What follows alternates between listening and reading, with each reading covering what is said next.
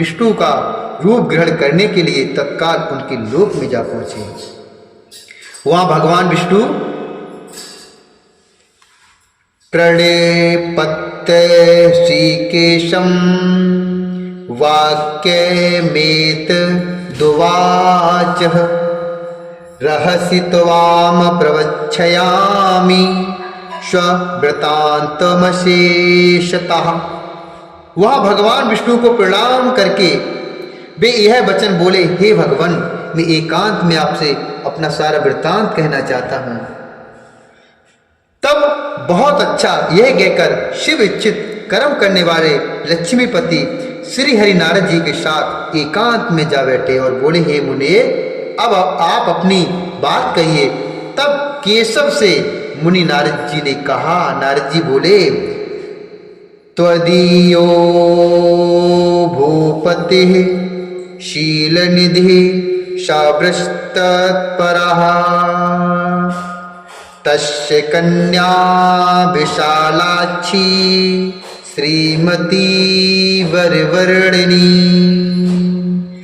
जन्मोहिनी विख्याता त्रैलोक्यप्येति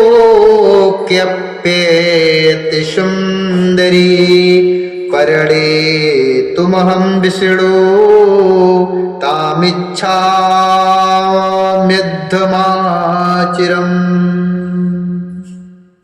नारद जी बोले, हे भगवान, आपके भक्त जो राजा शील निधि हैं वे सदा धर्म पालन में तत्पर रहते हैं। उनकी एक विशाल लोचना कन्या है, जो बहुत ही सुंदर है। उसका नाम श्रीमती है। वह जगन मोहिनी के रूप में विख्यात है और तीनों लोकों में सबसे अधिक सुंदरी है। हे विष्णु, आज मैं शीघ्र ही उस कन्या से विवाह करना चाहता हूँ। राजा शील निधि ने अपनी पुत्री की इच्छा से स्वयंवर रचाया है, इसलिए चारों दिशाओं से वहां हजारों राजकुमार आए हुए हैं, एकत्रित हुए हैं। यदि आप अपना रूप मुझे दे दें तो मैं उसे निश्चित ही प्राप्त कर लूंगा, उससे निश्चित ही वर लूंगा। आपके रूप के बिना वह मेरे कंठ में जयमाला नहीं डालेगी।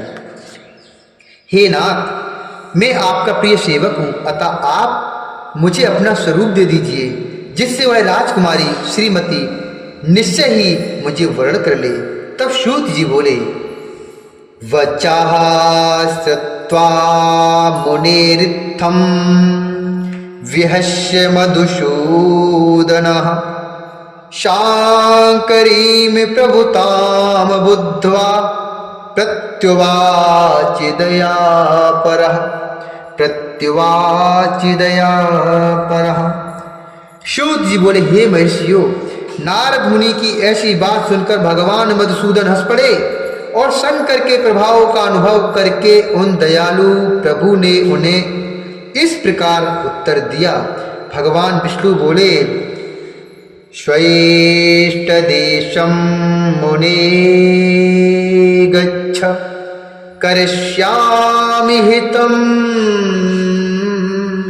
तव भिष्गवरो यथार्थस्य यतः प्रियतरोऽसि मे। भगवान विष्णु बोले, हे मुने, आप अपने अभीष्ट स्थानों को जाइए, मैं उसी तरह आपका हित साधन करूंगा, जैसे श्रेष्ठ वैद्य अत्यंत पीड़ित रोगी का हित करता है। क्योंकि आप मुझे विशेष प्रिय हो ना, इसलिए।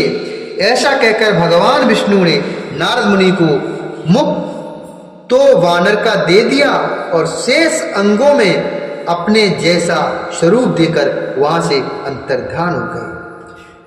भगवान की पूर्वोक्त बात सुनकर और उनका मनोहर रूप प्राप्त हो गया समझकर नारद मुनि को बड़ा हर्ष हुआ।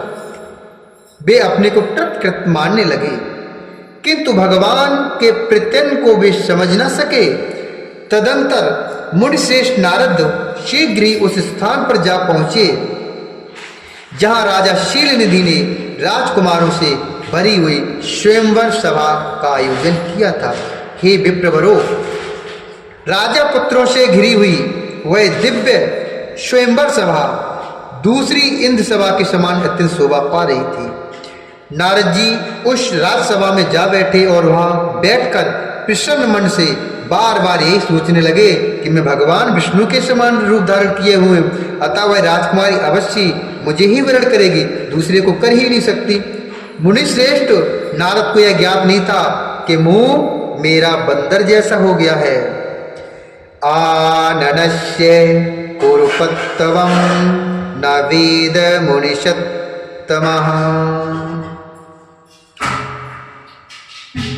हे विप्रवरो, उस सभा में बैठे हुए सभी मनुष्यों ने मुनि को उनके पूर्ण रूप में ही देखा था।